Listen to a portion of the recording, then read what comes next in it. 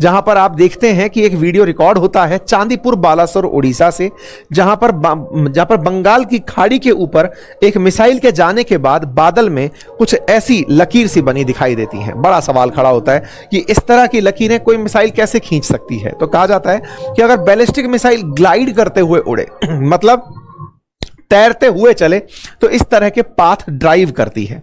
Path को इस तरह से बनता हुआ देखना यह मिसाइल का एक प्रारूप है जो अक्सर इंटरकॉन्टिनेंटल बैलिस्टिक मिसाइल्स में, जिन्हें कोई देश बना तो ले लेकिन दुश्मन ट्रैक ना करे, इसलिए उनमें ग्लाइड सिस्टम डाला जाता है। दुनिया के केवल 5 ही देश ऐसे हैं जिनके पास ICBM तकनीक है, जिसमें अमेरिका, रशिया, चाइना, ब्रिटेन और फ्रांस का नाम है।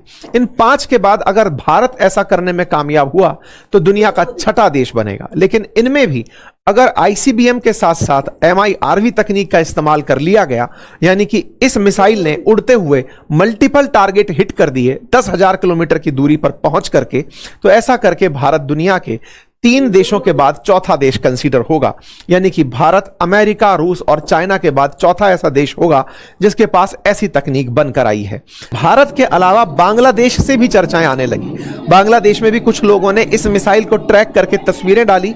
सोशल मीडिया पर यह इस तरह से लिखा गया कि बांग्लादेशियों ने भी भारत के मिसाइल टेस्ट को इस प्रकार से कैप्चर किया है, देखा है। आप में से कुछ लोग पूछ सकते हैं कि मिसाइल जब इतना तेज चल रही हैं तो कैमरे में कैप्चर कैसे हो पा रही हैं? क्योंकि ये बहुत दूर उड़ते ऑब्जेक्ट हैं। जब आप मतलब घूमते हुए चांद को भी आप अपनी आंखों से देख पाते हैं, जबकि उसकी गति बहुत तेज है, तो कुछ उस तरीके से आप इसे रिलेट करें कि ये बहुत फ्लाइंग ऑब्जेक्ट है, लेकिन चूंकि इनका हॉरिजन बहुत चौड़ा है तो आप इनमें आसानी से इन्हें ऑब्जर्व कर पाते हैं। अग्नि 6 के ऊपर बहुत दिन से चर्चाएं चल रही हैं।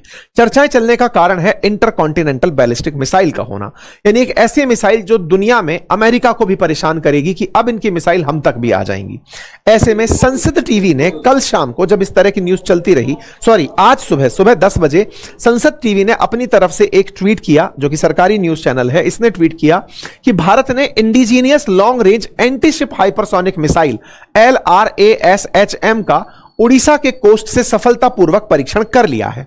जब यह बात बाहर निकलकर आई तो फिर लोगों ने कहा चलो ठीक है, कल किसी ने अगर यह रेंज की मिसाइल मारी होगी तो हो सकता है 1500 किलोमीटर की रेंज की रही हो। थोड़ी ही देर बाद संसद टीवी इसे डिलीट कर देता है, लेकिन चर्चा में छोड़ जाता है LRASHM लार्शम मिसाइल सिस्टम, जिसके बारे में कहा गया कि यह एंटीशिप मिसाइल सिस्टम है। भारत ने 1500 किलोमीटर की रेंज में हाइपरसोनिक मिसाइल परीक्षण किया है, जो एंटीशिप है, यानी कि पानी में तैरते जहाज को निशाना बनाने के लिए है।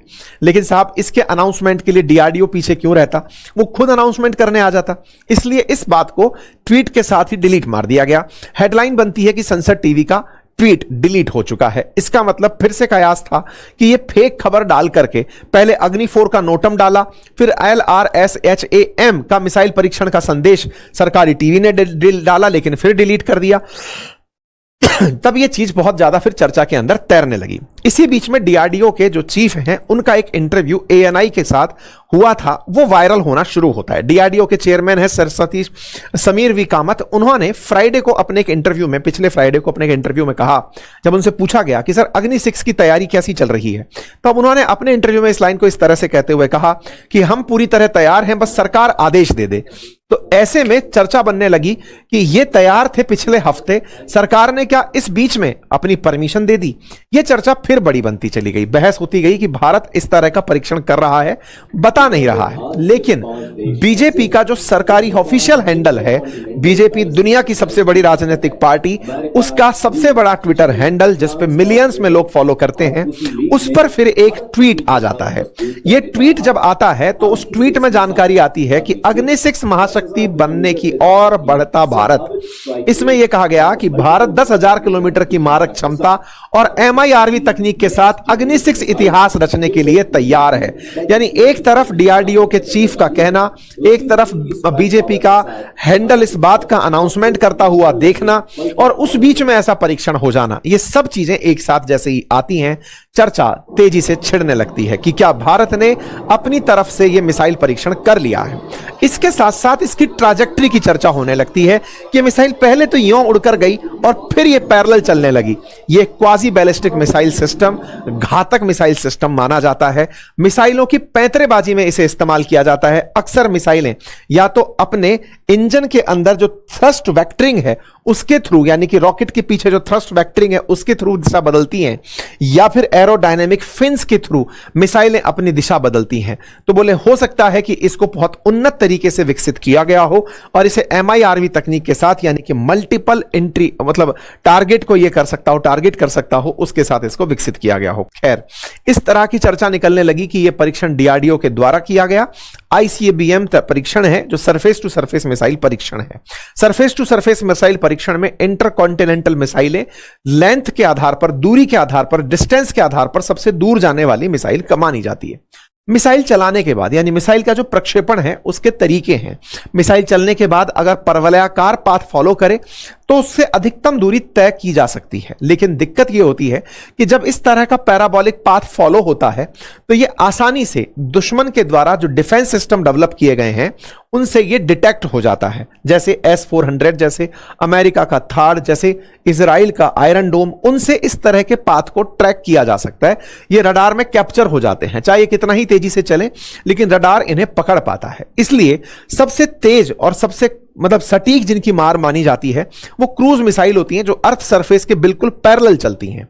लेकिन ऐसे में उनकी रेंज बहुत छोटी रह जाती है। छोटी रह जाती है से मतलब है कि अर्थ पर चलते समय अर्थ की ग्रेविटी उन्हें अपनी तरफ खींच के दबा सकती है। इसलिए दुनिया में दूर तक मार करने वाली मिसाइल बैलिस्टिक होती हैं और नजदीक पर मार करने वाली मिसाइल क्रूज होती हैं। लेकिन फायदा यह होता है कि क्रूज मिसाइलें डिफेंस सिस्टम से बचकर निकल जाती हैं। तीसरा रूप जिसको आजकल तैयार किया जा रहा है वो ये कि इन्हें ग्लाइड की तरह डेवलप किया जाए। पहले इन्हें एक ऊंचाई तक भेजा जाए और ऊंचाई के बाद में फिर इन्हें रास्ता नीचे ला करके पैरेलल चलने दिया जाए। तो दो तरह के फायदे होंगे। पहला, ऊंचाई से फेंक करके वापस जब वो आ रही है तो ग्रेविटी उसमें स्पीड का रोल प्ले करेगी। ग्रेविटी स्पीड का रोल प्ले करे और फिर उसमें तकनीक का इस्तेमाल करके उन्हें ग्लाइड करा दिया जाए और वो अर्थ के पैरेलल चलने लगे। इस तरह की जो ग्लाइड तकनीक है ये हाइपरसोनिक मिसाइलों में, जिनकी गति अत्यधिक तेज है, मैक 5 से तेज है, आवाज की गति से 5 गुना से अधिक है, उनके अंदर इस तरह की तकनीक इस्तेमाल की बातें चलती हैं। रेंज के हिसाब से बात अगर हम करते हैं तो भारत की इन मिसाइलों में अग्नि सीरीज में 1, 2, 3, 4, 5 तक भारत ऑलरेडी रखता है, जो 5000 किलोमीटर तक मार कर सकती हैं। कॉन्टिनेंट का मतलब है जैसे भारत एशियन कॉन्टिनेंट में है, ब्रिटेन यूरोपियन कॉन्टिनेंट में है, अमेरिका नॉर्थ अमेरिकी कॉन्टिनेंट में है। तो एक कॉन्टिनेंट से जब दूसरे कॉन्टिनेंट तक मार कर सको तो उसे इंटरकॉन्टिनेंटल मिसाइल सिस्टम कहा जाता है। आप में से कुछ लोग कहेंगे हम क्या यहां से उठाकर यूरोप में मिसाइल नहीं मार सकते क्या, हम तो अग्नि 5 ही मार दें। लेकिन किसी भी कॉन्टिनेंट पर आप नहीं मार सके। मतलब भारत से आप अंटार्कटिका शायद टच ना कर पाए, भारत से आप अलास्का टच ना कर पाए। इसके लिए आवश्यक होता है दुनिया के किसी भी कॉन्टिनेंट पर मार करने की क्षमता हो तो उसे ICBM तकनीक में माना जाता है। 10,000 किलोमीटर से अधिक तक मार कर सके इस तरह के मिसाइल सिस्टम को इस्तेमाल किया जाता है। तो भारत के पास अग्नि 5 प्रेजेंट है और यह वर्किंग में है, फिलहाल काम कर रही है, जो 29,401 किलोमीटर प्रति घंटे की रफ्तार से चलकर मार करने की क्षमता रखती है। यह मिसाइल अपने साथ में बहुत सारे न्यूक्लियर हथियार भी ले जा सकती है।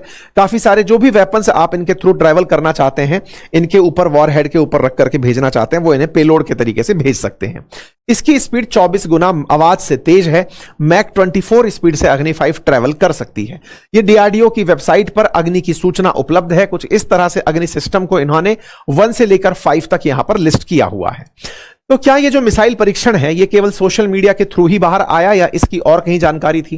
साथियों, एक सोशल मीडिया हैंडल है डैनियल साइमन करके, जो भारत के नोटम्स को, अंतरराष्ट्रीय ट्रेवल्स को और मैक्सार के थ्रू आने वाले जो भी इमेजेस हैं उनको हैंडल करता है। इसने जानकारी दी थी 4 तारीख के दिन कि भारत नोटम जारी किया है 6 से लेकर 9 तारीख के बीच में। मतलब इस क्षेत्र में अगर कोई भी हवाई जहाज उड़ रहा है या पानी का जहाज चल रहा है तो उसे विदित रहे कि भारत ऐसा कोई परीक्षण कर रहा है। ये नोटिस टू एयरमैन जिसे नोटम कहते हैं, ये 6 से 9 मई के लिए जारी किया गया था। भारत ने 8 मई को परीक्षण किया, लेकिन इस नोटम में रेंज 3500 किलोमीटर की बताई गई थी कि हम 3500 किलोमीटर की रेंज का नोटम जारी कर रहे हैं। 3500 किलोमीटर की रेंज अग्नि 4 मिसाइल सिस्टम के पास है। तो अग्नि 4 का परीक्षण अब हम क्यों करेंगे जब हम अग्नि 5 में महारत हासिल कर चुके हैं? अब सवाल फिर बनता है, तो इसका मतलब हो सकता है अग्नि 4 का नाम लेकर अग्नि 6 का परीक्षण किया हो। असल कुल मिलाकर अग्नि 6 का कयास बहुत तेज है, और अगर अग्नि 6 का भारत ने परीक्षण कर लिया है तो यह दुनिया को बता देने का समय टेक्निकली आ चुका है, जिससे आप इस उम्मीद में हैं कि भारत डिफेंस सेक्टर के अंदर नई ऊंचाइयां छुए, भारत का अग्नि 6 भारत को और मजबूत करे और भारत निरंतर यूं ही प्रगति की राह में आगे बढ़ता रहे। आप लोग इसे कैसे देखते हैं? अपनी राय कमेंट बॉक्स में जरूर रखिएगा।